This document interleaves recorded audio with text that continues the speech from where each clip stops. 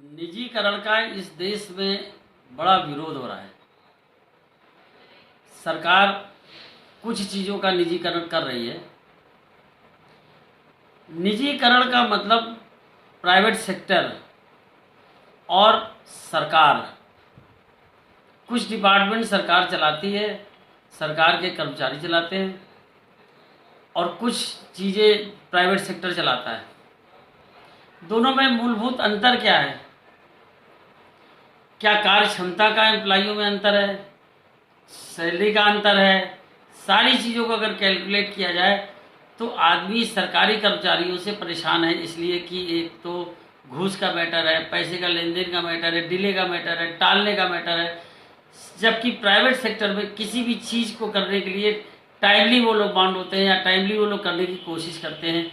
इसलिए निजीकरण में जो प्राइवेट सेक्टर के ऑफिस हैं उनको लोग बेहतर मानते हैं। जो सरकारी बैंक थे और जो प्राइवेट बैंक्स थे उनमें आप जा कर के अंदर ये पता लग जाता था। अब तो काफ़ी सरकार ने चेंज किए हैं। जिस तरह के स्कूल चलते हैं, जो प्राइवेट स्कूल होते हैं और सरकारी स्कूलों में अंतर होता है, उसी तरह का प्राइवेटाइजेशन में जो कार्य विधि होती है, कार्य करने के जो तरीके होते हैं, उनमें बड़ा भारी अंतर पाया जाता है। हम इस चीज़ को क्यों कह रहे हैं? इस चीज़ को इसलिए कह रहे हैं कि एक प्राइवेट सेक्टर या प्राइवेट आदमी चलाने वाला अपनी चीज़ को जिस तरह से चलाता है वो अपना समझ के चलाता है। सरकारी कर्मचारी जिस चीज़ को चलाता है वो ये चलता है, सरकारी दमाद है, कौन नौकरी निकाल सकता है, बड़ा मुश्किल है, बड़ी प्रक्रिया लंबी है। लेकिन वहाँ पर लोगों को, कर्मचारियों को तुरंत हटा दिया जाता है अगर उनके में कार्य करने की क्षमता नहीं है। हमारा औचित्य है कि अभी हम एक रंगबाज सेना के द्वारा कुर्सी रोड विकास यात्रा निकालने जा रहे थे। कुर्सी रोड विकास यात्रा केवल इस बात पे काम कर रही थी कि हमारा जो प्रयोजन था वो ये था कि कुर्सी रोड का विकास हो, वहाँ के लोगों का विकास हो, किसानों का विकास हो, युवाओं का विकास हो।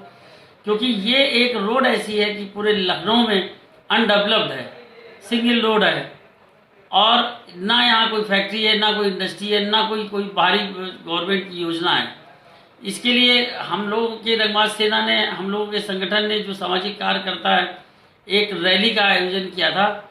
और पिछले 2 महीने से हम लोग बड़ी मेहनत कर रहे थे और काफ़ी कुछ चंदा इकट्ठा करके हम लोगों ने इसमें होर्डिंग्स वगैरह और सारे प्रयास किए थे कि ताकि जनता तक संदेश जाए, सरकार तक संदेश जाए कि इस रोड का विकास हो, किसी तरह से रोड का विकास हो। ये हम लोग ज्ञापन वगैरह आज देने वाले थे।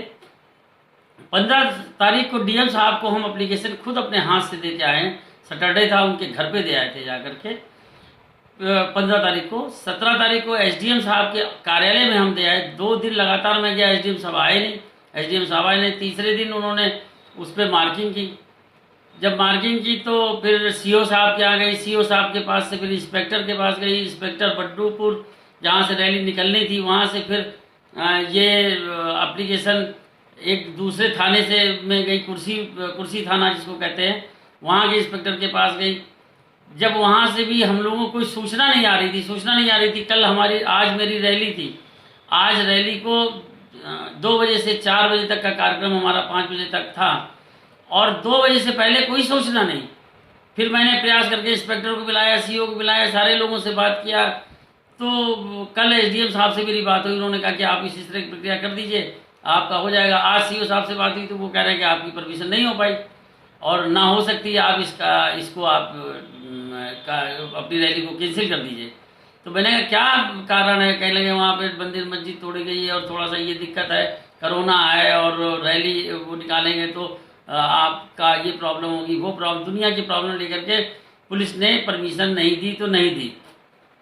तो मेरा कहने का मतलब ये है कि आज की डेट में हम लोग जो काम करते हैं, किसी तरह से पैसे इकट्ठा करके मैनेजमेंट करके, मेहनत करके कोई चीज़ आगे लाना चाहते हैं। एक सामाजिक संगठन भी तो काम करता है, सरकार का सहयोगी तो कर रहा है। अगर उस रोड का विकास हो जाता तो एक सरकार का जो चौतरफा विकास होता है शहर का या गांव का, तो ऑल राउंड डेवलपमेंट, तो वो डेवलपमेंट यहाँ होता। मैं अपने लिए नहीं काम कर रहा था, लेकिन ये जो प्रक्रिया है कि हैंड टू हैंड एप्लीकेशन नहीं देंगे, फिर वो उनके साथ डाक से जाएगी, फिर वो जाएगी, टाइमली हमने दी एप्लीकेशन, फिर भी हमको परमिशन नहीं मिली। आज हमको अल्टीमेटली वो ये रैली बहुत दुख के साथ कहना पड़ रहा है कि कैंसिल करनी पड़ी। हम आपसे यही कहना चाहते हैं, सरकार से ये कहना चाहते हैं कि आप सामाजिक संगठनों को क्यों नहीं बढ़ाते हैं आगे। सामाजिक संगठन भी तो आपके लिए काम करते हैं। हम एनजीओ की बात नहीं करते हैं जो सरकार से पैसा लेते हैं, सरकार का काम करते हैं, उनके पछड़े में मैं नहीं पड़ता। लेकिन जो वास्तविक अपना पैसा खर्च करके, अपने संसाधनों से पैसा खर्च करके, लोगों से चंदा ले करके अपना काम करते, समाज का काम करते, उन पे थोड़ा सा ख्याल रखिए, उनको थोड़ा सा आगे बढ़ाने की कोशिश कीजिए। इस तरह से छोटा समझ के नहीं दबाया जाना चाहिए।